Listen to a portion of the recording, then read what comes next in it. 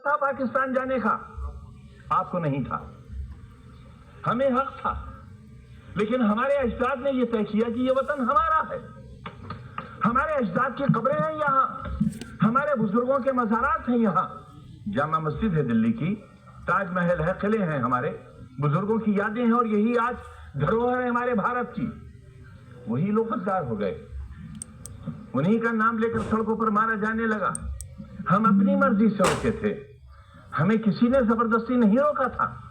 जो अपनी मर्जी से रुके उनके लिए आज ही सदन में यह कहा गया कि जो वंदे मातरम नहीं कहेगा उसे भारत में रहने का अधिकार नहीं होगा।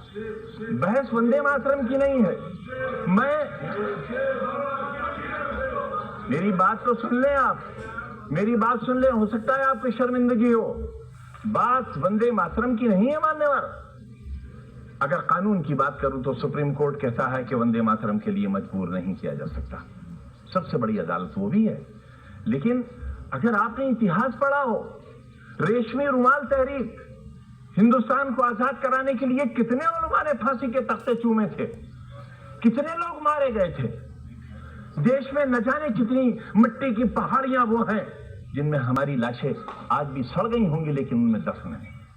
रेशमी रुमाल तहरीक में अगर आप रेशमी रुमाल की तस्वीर देखेंगे तो उस पर भारत मां की तस्वीर छपी हुई मिलेगी आपको। ये रिश्ते कब थे?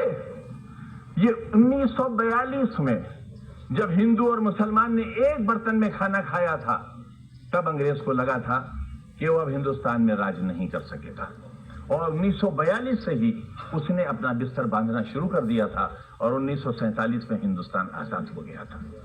हम आज भी एक ही मोहल्ले में रहते हैं, एक घर में बैठते हैं, हमें किसी को एक दूसरे से डर नहीं लगता। लेकिन जब हम चुनी हुई संस्थाओं में आते हैं, जब वोट जैसी चीज हमारा मुकद्दर बनने वाली होती है, तब इंसानियत के सारे रिश्ते हमारे टूट जाते हैं मान्यवर।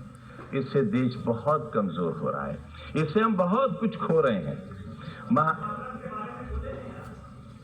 आप मुझे मजबूर तो नहीं करेंगे? मैं आपसे ये कब कह रहा हूं कलमा पढ़िए आप? मैंने आपसे कब कहा?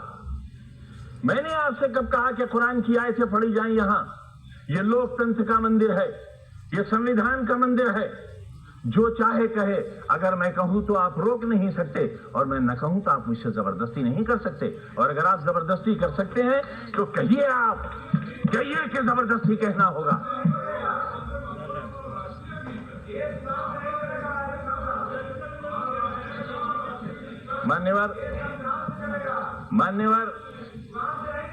मान्यवर संविधान से चलेगा, यही तो हम भी चाहते हैं, यही हम चाहते हैं।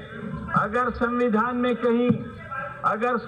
में कहीं किसी मजहबी किताब का कोई श्लोक, कोई आयत पढ़ने के लिए कहा गया हो, मैं सबसे पहला व्यक्ति होऊंगा जो इस हुक्म पर नतमस्तक करूंगा। मानो संविधान को। मैं भी यही कह रहा हूं, हमें संविधान को मानना चाहिए।